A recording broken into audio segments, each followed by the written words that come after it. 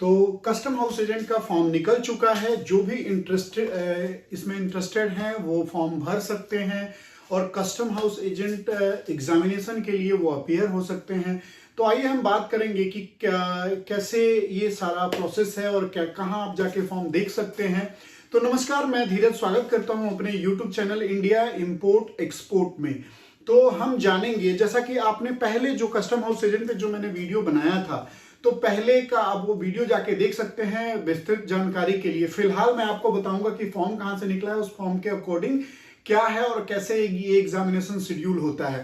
तो जैसा कि मैंने आपको पहले बताया था, ये एक वेबसाइट है नासिन, इसको शॉर्ट फॉर्म में नासिन बोलते हैं, national academy of custom indirect taxes and narcotics. इसको शॉर्ट फॉर्म में नासिन बोला जाता है। और एक और वेबसाइट है, वो वेबसाइट है ये वेबसाइट है central board of indirect taxes, CBEC इसका शॉर्ट फॉर्म है। आप दो जगह पे जाके चेक कर सकते हैं। तो अभी हम फिलहाल नासिन पे चेक करेंगे। अब यहाँ जैसे हम इस वेबसाइट पे आते हैं, आप ये देखिएगा दोस्तों, यहाँ पे एक लिखा हुआ है GSTP CDLR एग्जामिनेशन। तो हम इस पे क्लिक करेंगे। तो जैसा कि दोस्तों देखिए, जब हम नासिन की वेबसाइट पे आएंगे और वहां पे हम जब आएंगे नोटिफिकेशन में, तो ये हमें मिलेगा। आज से ठीक 2 दिन पहले ये फॉर्म आया है, जबकि ये फॉर्म को हमेशा नवंबर में रिलीज किया जाता था, नवंबर में इनवाइट किया जाता था लोगों को। लेकिन ये इस बार डिले हुआ है। क्यों डिले हुआ है आइए हम जानते हैं, क्योंकि ये सारा डिटेल इसमें दिया हुआ है। अब आप ये देख लीजिए। अब जैसे आएंगे, इसमें टोटल 11 पॉइंट दिया हुआ है। 11 पॉइंट के बारे में इन्होंने बताया है और क्या है कैसे, आइए हम जानते हैं। और कैसे आप फॉर्म भरेंगे तो सक्सेसफुली फॉर्म होगा। देखिए, सबसे पहला जो है, ये डिले हुआ है जो, उसके बारे में लिखा हुआ है कि ये कोविड के कारण जो इनका जो एग्जामिनेशन हुआ था 2020 में, उसका रिजल्ट डिले हुआ। इसके कारण वो रिजल्ट ही दिसंबर में आया है, जिसके कारण ये जो नवंबर में फॉर्म इशू होता था, वो अब दिसंबर के लास्ट दिन, ये एक तरह से कह लीजिए कि ये जनवरी में ही इशू किया गया है। और उसके बाद आ जाइए, जो दूसरा पॉइंट में लिखा हुआ है, सीमा शुल्क ब्रोकर लाइसेंस रेगुलेशन 2018 में जो CBLR 2018 लास्ट में आया हुआ था। ये हर साल वैसे आता है, CBLR 2015, 16, ये 2-3 साल बाद इसमें चेंज होता है। लेकिन इसमें भी जो CBLR 2018 है, उसमें भी कुछ चेंजेस हुए हैं और उसमें ब्रोकर के तौर पे कार्य करने के लिए इनवाइट किया गया है। ध्यान रहे, जो इंडियन नेशनलिस्ट है, मतलब जो इंडिया के नागरिक है, सिर्फ वही अप्लाई कर सकते हैं इस फॉर्म में और वही कस्टम हाउस के एग्जामिनेशन में बैठ सकते हैं। अब ये देखिए, आवेदक जिस क्षेत्र में अपना व्यापार करना चाहता है, उस क्षेत्र के सीमा शुल्क, मतलब अगर मान लीजिए आप दिल्ली से हैं या दिल्ली में बिजनेस करना चाहते हैं, तो आप ये जो फॉर्म निकला है, ये IGI एयरपोर्ट पे आपका फॉर्म सबमिट किया जाएगा। हमेशा ध्यान रखिएगा, इस फॉर्म को सबमिट करने के साथ में आपको क्या क्या देना है। एक तो देखिए, 500 रुपए का जो है वो ड्राफ्ट जमा होगा, TR6 चालान बोलते हैं, और इसकी फी है एक तरह से। उसके बाद नागरिकता का प्रमाण, जैसे आधार कार्ड, मतदाता आधार कार्ड, पासपोर्ट और इलेक्शन कार्ड, ऐसा कुछ दे सकते हैं। फिर शैक्षिक योग्यता, ध्यान रहे शैक्षिक योग्यता बहुत जरूरी है। आप शैक्षिक योग्यता या और भी विशेष जानकारी के लिए मेरा पुराना वीडियो देख सकते हैं, जो कस्टम हाउस एजेंट के लिए बनाया गया है, जिसमें लोकेश सर मेरे साथ थे। और अभी भी इसके लिए जो प्रिपरेशन करवाएंगे, लोकेश सर कराएंगे, जो 14 तारीख से उनकी क्लासेस शुरू हो रही है। अगर आप चाहे तो उसमें इनरोल कर सकते हैं। तो देखिए क्या है, अभी हम इसके बारे में बात करते हैं।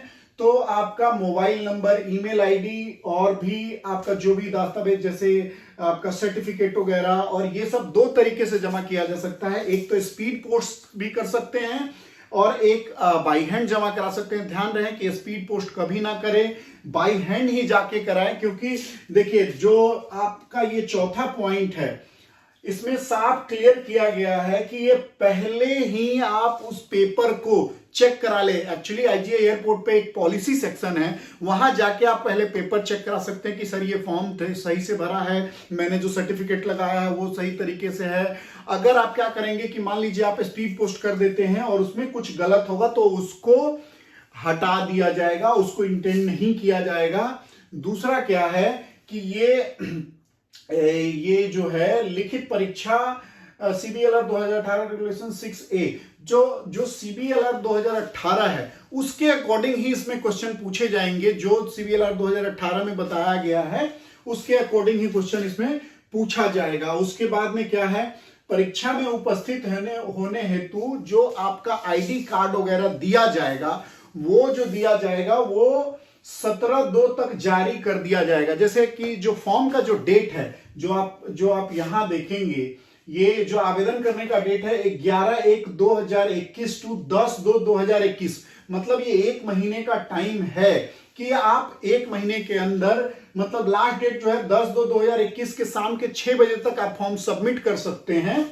और शाम के 6 बजे के बाद कोई फॉर्म सबमिट नहीं होगा। अगर उसमें भी कोई दिक्कत है तो वो आगे नहीं बढ़ाया जाएगा, उसको कैंसिल कर दिया जाएगा। और देखिए साथ में ये कह रहा है कि जो भी जिसका फॉर्म एक्सेप्ट कर दिया जाएगा 17 तारीख के दिन, तो उसका बोर्ड पे, उनके कस्टम के नासिम के वेबसाइट पे भी आ जाएगा कि कौन एलिजिबल कैंडिडेट है, किसका फॉर्म सक्सेसफुली सबमिट हुआ है, उनका नाम आ जाएगा। और देखिए एडमिट कार्ड और परीक्षा वगैरह की जो सारी डिटेल है, वो जो एडमिट कार्ड का है वो 24/3/2021 को, मतलब जो आपका परीक्षा है, देखिए 24 तारीख को परीक्षा है आपका, ध्यान रहे, इससे ठीक 15 दिन पहले आपके ईमेल आईडी पे आपका ID कार्ड, मतलब एडमिट कार्ड वगैरह भेज दिया जाएगा। और जो इसका एग्जामिनेशन है 24/3/2021 को 10:30 से लेके 1 बजे तक, मतलब 3 घंटे का इसका एग्जाम चलेगा। उसके बाद में देखिए यहां लिखा हुआ है, सबसे मेन पॉइंट मैं आपको बताता हूं, ये जो स्टूडेंट के ऊपर है कि वो इंग्लिश में देना चाहता है पेपर या हिंदी में लिखना चाहता है। तो हमेशा ध्यान रखिएगा कि आपको इंग्लिश में ही लिखना है, हिंदी वाले को इतना एंटरटेन नहीं किया जाता है। यह एक खाना है जिसको खाना पूर्ति किया गया है कस्टम के तरफ से, यहां लिख के। हालांकि कोई भी कस्टम का जो बुक है वो हिंदी में पब्लिश नहीं होता है। ये कस्टम हाउस एक्ट, जो कस्टम एक्ट जो है, कस्टम एक्ट 1962, वो आज से 7-8 साल 10 साल पहले कभी हिंदी में आता था, अब वो हिंदी में अवेलेबल नहीं है। बड़ी मुश्किल से मैंने हिंदी का बुक ढूंढा हुआ है और वो मेरे पास अवेलेबल है। तो फिलहाल आइए हम जानते हैं इसके बारे में। तो ये दे दिया जाएगा। और ये जो 10वां पॉइंट है, सॉरी ये जो 9वां पॉइंट है, इसमें ये कहा गया है कि जो रिटन एग्जाम पास कर लेंगे उनको ओरल एग्जामिनेशन के लिए बुलाया जाएगा। जैसे हर जगह से तो ओरल हटा दिया गया है, अभी फिलहाल सिर्फ इसी में ओरल है। तो जब आप रिटन एग्जाम पास कर जाएंगे तो वहां कुछ कमिश्नर बैठे होंगे, वो आपसे कुछ सवाल जवाब करेंगे, वो टेस्ट करेंगे, वो चेक करेंगे आपको कि हाँ आप सही में एलिजिबल है CBLR के लिए, सही में आप कस्टम हाउस एजेंट बनने लायक हैं या नहीं। तो आपको मतलब एक तरह का इंटरव्यू होगा, जब आप पास करेंगे तो ही आपको आगे प्रोसीड किया जाएगा। उसके बाद में देखिए 10वां पॉइंट क्या कह रहा है, यदि आप एक आवेदक द्वारा दी गई, यदि आप कोई फॉर्म भरे, कोई सर्टिफिकेट लगाए हैं, अगर कहीं आप फॉल्स पाए गए तो आपको ब्लैकलिस्ट कर दिया जाएगा। और अगर आप पास हो भी चुके हैं तो उसको रद्द कर दिया जाएगा। अगर आपको लाइसेंस भी दे दिया गया है तो भी उसको कैंसिल कर दिया जाएगा। अब लास्ट में हम देखते हैं योग्यता। अब ये कह रहा है 11वां नंबर ये कह रहा है कि अगर इन सब में आपको कुछ भी डाउट है तो आप इस वेबसाइट पे cbic.gov.in और nasim.gov.in पे जाके देख सकते हैं। और अगर आपको है तो ईमेल भी लिख सकते हैं cblr.helpline@gmail.com। तो मैंने इसमें 2-3 चीजें जरूरी है कि आप एक तो जो फॉर्म सबमिट करेंगे वो बाय हैंड करें, वो सबसे ज्यादा अच्छा है, क्योंकि वो आप पहले पॉलिसी में जाके चेक करवाएं और फिर वहीं पे नीचे डाक होता है, वहां पे जाके आप रिसीविंग करा ले और 500 रुपए का फॉर्म जमा कर दे। और जो 500 का चालान है वो कैसे जमा होगा, मैं उसका एक आपको उसका भी फोटो में लगा देता हूं, जिससे आपको हेल्प होगा कि कैसे आपको 500 रुपए का चालान भरना है। और इसमें क्या रह गया, और आपको पेपर इंग्लिश में लिखना है, क्योंकि जो कस्टम में लेटर दिए जाते हैं सब इंग्लिश होता है, जितने भी बुक पब्लिश होते हैं सारे इंग्लिश में होते हैं। तो ये एक खाना पूर्ति करने के लिए हिंदी का नाम लिखा गया है, बट आपको इंग्लिश में ही प्रेफर है। आप जान लीजिए अगर हिंदी में दे रहे हैं तो 100% जब आप लिखिएगा तो हो सकता है कहीं आप पास हो जाएं, लेकिन फिर हो सकता है ओरल में जाके आप छट जाए। तो जुड़े रहिए। और भी अगर आप चाहते हैं कि कस्टम हाउस एजेंट बनना, तो मैं पूरा डिटेल दूंगा। आप पुराना वीडियो देख सकते हैं।